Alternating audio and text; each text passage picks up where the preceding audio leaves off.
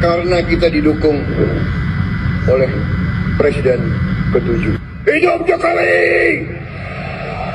Aduh, satu negara kok dua presiden. Gue mau jelasin alasan kenapa selama Prabowo masih mesra dengan Jokowi, wallahi we are finished guys. Pasti chaos berjalan di negara ini. Gak yang pertama kali Prabowo secara terang-terangan bahkan secara keras itu membela Jokowi. Gue gak tahu ini apa karena Prabowo punya kasus takut dibongkar atau emang Stockholm Syndrome aja. Seneng jadi tawanan politiknya Mulyono. Alasan pertama kenapa kita akan chaos. Satu, selama Prabowo mesra sama Jokowi, artinya Jokowi gak akan pernah bisa diadili. Kalau Jokowi gak diadili, artinya pola Jokowi selama ini, pola bikin kebijakan itu ngawur, gak ngeliat resiko, asal-asalan, mengabaikan akademisi, menjadi fake heroism, pahlawan kesiangan, akan dilanjutkan pola itu oleh pemerintahan Prabowo Subianto. Prabowo gak perlu khawatir untuk bikin kebijakan yang ngawur, yang serampangan, ngerugiin APBN, lingkungan, rakyat. Karena Prabowo akan mikir, toh Jokowi aja yang udah bikin damage besar selama dia mimpin 10 tahun terakhir, nggak diapa-apain kok, nggak dihukum kok, bahkan ditepuk tanganin terima kasih kok. Jadi kenapa gue harus takut untuk bikin kebijakan yang aneh, yang korup? Kedua, jangan berharap menteri-menteri bermasalah di reshuffle. Menteri kabinet Jokowi yang bermasalah, kayak misalnya Budi Ari, yang sampai datang ke Solo ngadu biar nggak di reshuffle, Bahlil yang sampai nyium tangannya Gibran, Sri Mulyani yang jadi enabler ugal-ugalannya Jokowi, Erlangga, Zulhas, Wahyu Sakti Tronggono, atau Kapolri bermasalah Listio Sigit, dan sebagainya. Jangan harap di reshuffle, karena Prabowo nggak mungkin berani reshuffle. Kalau dia berani, dia nyatain perang ke Joko Widodo. Tiga, artinya anak haram konstitusi Gibran masih akan ada sampai 2029.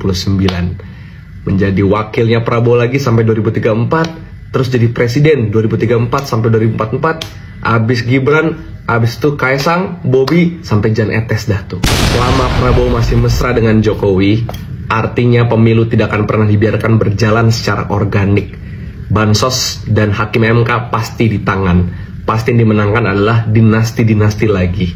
Abis kita guys. Jadi kok gue mulai meragukan gitu ya, Prabowo sebagai macan Asia katanya. Macan kok punya pawang. Iu ikan lele, ternyata kita punya presiden omon-omon le. Salah namanya, macan Asia. Kenapa nggak serigala Asia? Karena segalak-galaknya macan kalau udah ketangkap tetap aja jadi tontonan sirkus. Sebagai rakyat, terus terang saya kecewa sama Pak Prabowo. Saya pikir Bapak Prabowo ini bakalan seperti waktu di kampanye. Bapak bakal jadi macan Asia. Bapak bakal sehebat Bung Karno atau setangguh Pak Soeharto. Tapi nyatanya Nanti dibilang saya apa Pak? Saya apa? Dikendalikan Pak Jokowi. Cawe-cawe. Tidak ada bahwa kita ingin kekuasaan untuk kehebatan kita sendiri, tidak ada. Pak Jokowi saya yakin tidak punya ambisi untuk bikin ini dan bikin itu. Saya kenal, saya kabinet beliau 5 tahun. Saya saksi, pikiran beliau hanya untuk rakyat Indonesia. Kaget. Kaget, ya kaget itu aja. Hidup Jokowi! Saya kira mau meneriakan hidup rakyat, hidup rakyat. Baru kali ini saya mendengar dan melihat ada presiden pidato menggebu-gebu yang diteriakkan itu hidup Jokowi, bukannya hidup rakyat. Ini menjadi petanda jelas bahwasannya Presiden Prabowo masih dibayang-bayangi oleh elit atau Jokowi. Mantan Presiden SBY pernah bilang soal matahari kembar. Ini terbukti bahwasannya Presiden Prabowo masih dikendalikan oleh Jokowi, dikendalikan oleh elit dan oligarki. Inilah yang disebut dengan state capture, which is negara sedang ada dalam cengkeraman kelompok elit, sehingga kebijakan-kebijakan yang diambil ke depan akan lebih menguntungkan golongan tertentu daripada menguntungkan masyarakat banyak. Presiden itu harus tunduk pada rakyat, bukan menjadi boneka kepentingan. Kalau dari awal sudah begini, kita harus waspada. sebetulnya siapa yang sedang berkuasa. Ada yang nyinyir, mana bisa kasih makan. Saya diberitahu bahwa berapa hari ini sudah sampai 770.000 anak. Sudah kita mulai bergelar sekian ratus, sekian. Masih ada yang komentar. Iya, tapi belum banyak. Kalau nggak ada wartawan, saya... Sorry ya. Mas Gibran ini kayak kampanye aja nih. Ada orang-orang pinter. Kabinet ini, kabinet gemuk, lu besar.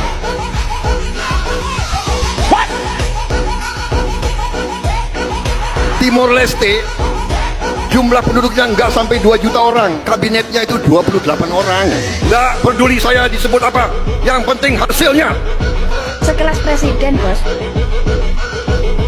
Apa kayak gini? Antara bahasa tubuh dan kebijakan ini mirip, sama-sama mengecewakan rakyat. Dan lebih kocaknya Pak Prabowo membandingkan jumlah kabinet negara sebesar Indonesia yang punya jumlah penduduk 280 juta jiwa dibandingkan dengan negara yang lebih kecil sekelas Timor Leste. Harusnya negara sebesar Indonesia itu dibandingkan negara yang lebih besar, jumlah penduduknya yang lebih banyak. Kayak di Amerika, jumlah penduduk Amerika 345 juta. Ternyata jumlah kabinetnya cuma 15 kementerian. Sedangkan Cina yang punya jumlah penduduk 1,4 miliar, ternyata cuma punya 26 kementerian. Sedangkan Indonesia, sebutkan sendiri, berapa jumlah kabinet di bawah tangan Prabowo? Kayak gini kalau dibilang kabinet gemuk. What the hell? Jujur aja, saya tuh pengen ganti presiden karena saya kecewa dengan Pak Prabowo, kecewa dengan bahasa tubuhnya, dan kecewa dengan kebijakan yang diambilnya. Tapi setelah ingat bagaimana kualitas wapresnya, nggak jadi. Saya mengurungkan niat saya untuk ganti presiden Pak Prabowo aja sampai 5 tahun ke depan. Perihnya tuh begini, meskipun 5 tahun ke depan negara ini udah kelihatan banget majusinya, kita itu nggak punya pilihan untuk menyetop program yang sudah ditentukan oleh presiden. Negara harus tetap menanggung kebijakan yang sudah diambil Pak Prabowo, sekelas makan siang gratis. Pak Prabowo membanggakan diri bahwa dia sudah bisa memberikan makan siang gratis per siswa. Tapi dia melupakan fakta bahwa kebijakan ini merenggut kemampuan makan malam sekeluarga. Karena faktanya ada efisiensi anggaran yang berujung PHK massal demi makan siang gratis.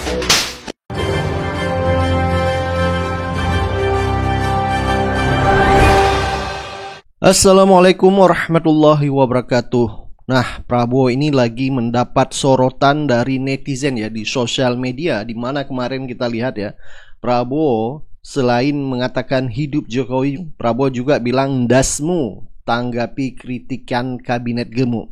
Tidak ada yang bisa diharapkan dari pemerintah Prabowo ke depan untuk bisa lebih baik daripada pemerintah Mulyono, karena dia sendiri ya sangat mencerminkan, sangat bergantung, kalau kata netizen ya, dikendalikan sama Mulyono. Jadi 11-12 lah sama Jokowi. Artinya masyarakat tidak bisa berharap banyak di pemerintah Prabowo sekarang ini.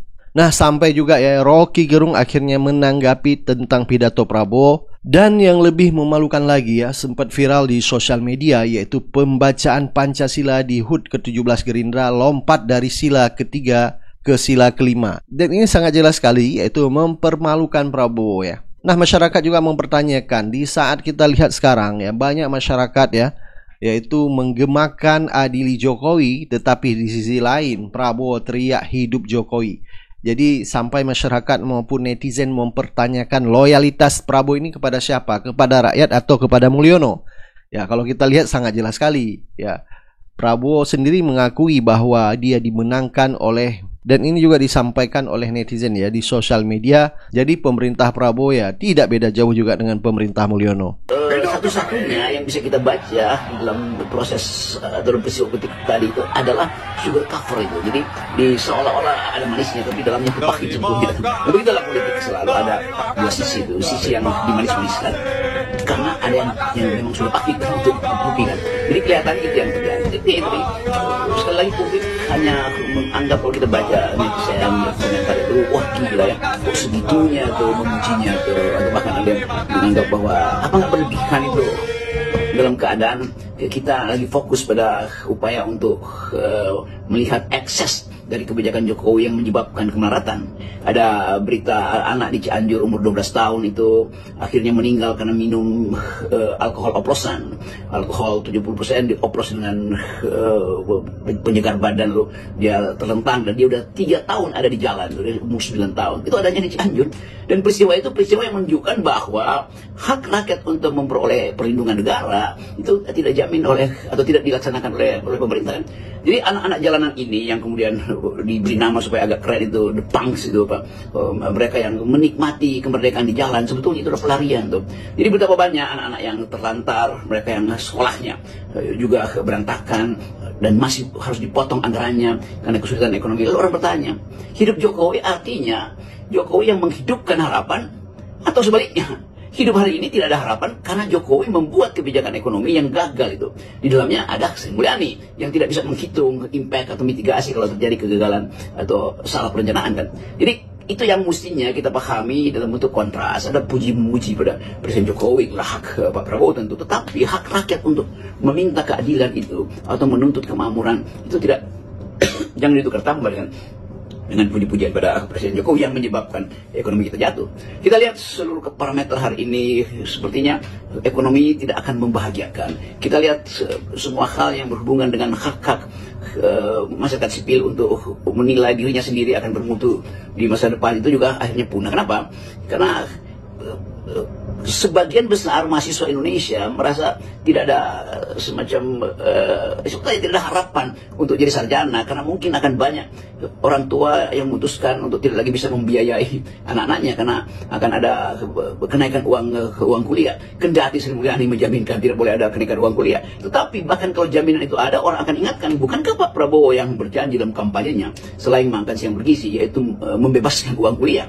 Kan itu intinya tuh. Dan banyak hitungan yang mulai melihat apa sebenarnya trade off antara makan siang bergizi buat anak-anak yang mungkin akan menelan biaya 800 atau mungkin sampai 1 triliun setiap tahun dengan kebutuhan untuk menghasilkan sarjana-sarjana yang betul-betul terlatih di dalam berpikir dan punya kapasitas untuk bersaing dengan perguruan tinggi di sekitar Asia. Kan itu sebetulnya trade off-nya di situ tuh. Mana yang lebih mungkin untuk dijadikan alasan? Memberi makan siang bergizi atau membiayai mahasiswa yang bentar lagi DO itu. Tapi itu pilihan-pilihan yang mesti diucapkan oleh Presiden Prabowo sendiri. Saya pikir Bapak Prabowo ini bakalan seperti waktu di kampanye. Bapak bakal jadi macan Asia. Bapak bakal sehebat Bung Karno atau setangguh Pak Soeharto. Tapi nyatanya ya Bapak cuma sekelas Pak Jokowi. Pak, kalau untuk pertemanan Pak, Bung Karno itu lebih dahsyat lagi daripada Bapak berteman dengan Pak Jokowi. Bung Karno punya 6 teman sahabat dekatnya, itu semua dimasukkan penjara Pak sama Bung Karno. Bapak ingat Sultan Syahrir. Sultan Syahrir itu teman seperjuangannya, Perdana Menteri pertama di Indonesia, dan orang-orang menyebutnya Tritunggal di Indonesia ini. Bung Karno, Sultan Syahrir, dan Bung Hatta itu dimasukkan dalam penjara cuma karena perbedaan prinsip Pak. Terus Buya Hamka Pak, Buya Hamka dimasukkan juga sama Bung Karno, padahal itu guru ngajinya Pak, gurunya Bung Karno yang sering besuk Bung Karno di pengasingan, masuk Pak karena perbedaan prinsip. Terus Kartosuwiryo Pak, Kartosuwiryo itu teman sekamar Pak, sekamar kos dengan Bung Karno. Kalau Bapak sama Pak Jokowi kan belum pernah sekamar Pak, ini sekamar Pak, dimasukkan dalam penjara Pak. Terus Muhammad Rum yang buat perjanjian Rum-Royen itu juga masuk Pak, itu teman-teman seperjuangannya. Safrudin Prawironegoro terus Kasman Singo di Mejo, Kasman Singo di Mejo, itu semua sahabat Pak, sahabat karibnya Bung Karno. Terus Pak Harto Pak, Pak Harto itu pernah memenjarakan Bung Tomo. Siapa di Indonesia ini yang gak kenal Bung Tomo? 10 November, Hari Pahlawan, itu ada patungnya Bung Tomo. Pernah dipenjarakan sama Pak Harto Pak, karena perbedaan prinsip. Pak Harto juga pernah mengasingkan Bung Karno, walaupun itu mantannya, seniornya. Itu loh pemimpin-pemimpin yang jadi impian saya, yang membuat Indonesia menjadi besar, karena pandangannya demi bangsa dan negara, bukan demi teman, kroni, kelompok dan golongan. Sedangkan sekarang Bapak curhat ke rakyat. Jangan pisahkan Bapak dengan Pak Jokowi.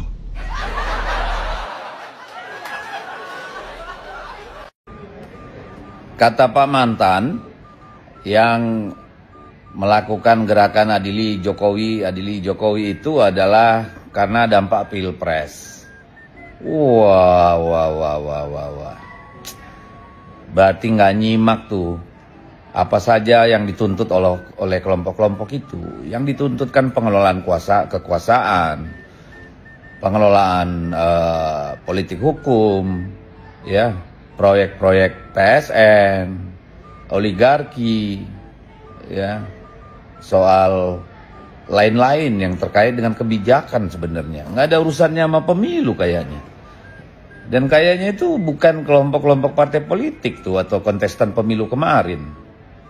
Apa iya ada orang Nasdem, PKB, PDI Perjuangan, Hanura, dan segala macam itu di kelompok-kelompok itu? Kok nuduhnya gara-gara pemilu sih? Bapak, ada banyak yang tidak sempurna dari pemerintahan Anda selama 2 periode. Mungkin itulah yang dikritik orang-orang. Jadi menyederhanakan itu menjadi urusan Pilpres, saya kira nggak dewasa. Terima saja sebagai kritik. Toh, tidak ada tindak lanjut dari aparat penegak hukum. Ya tenang-tenang saja, ngapain mesti direspon, apalagi dikait-kaitkan ke partai politik. Menurut saya itu aneh dan nggak dewasa.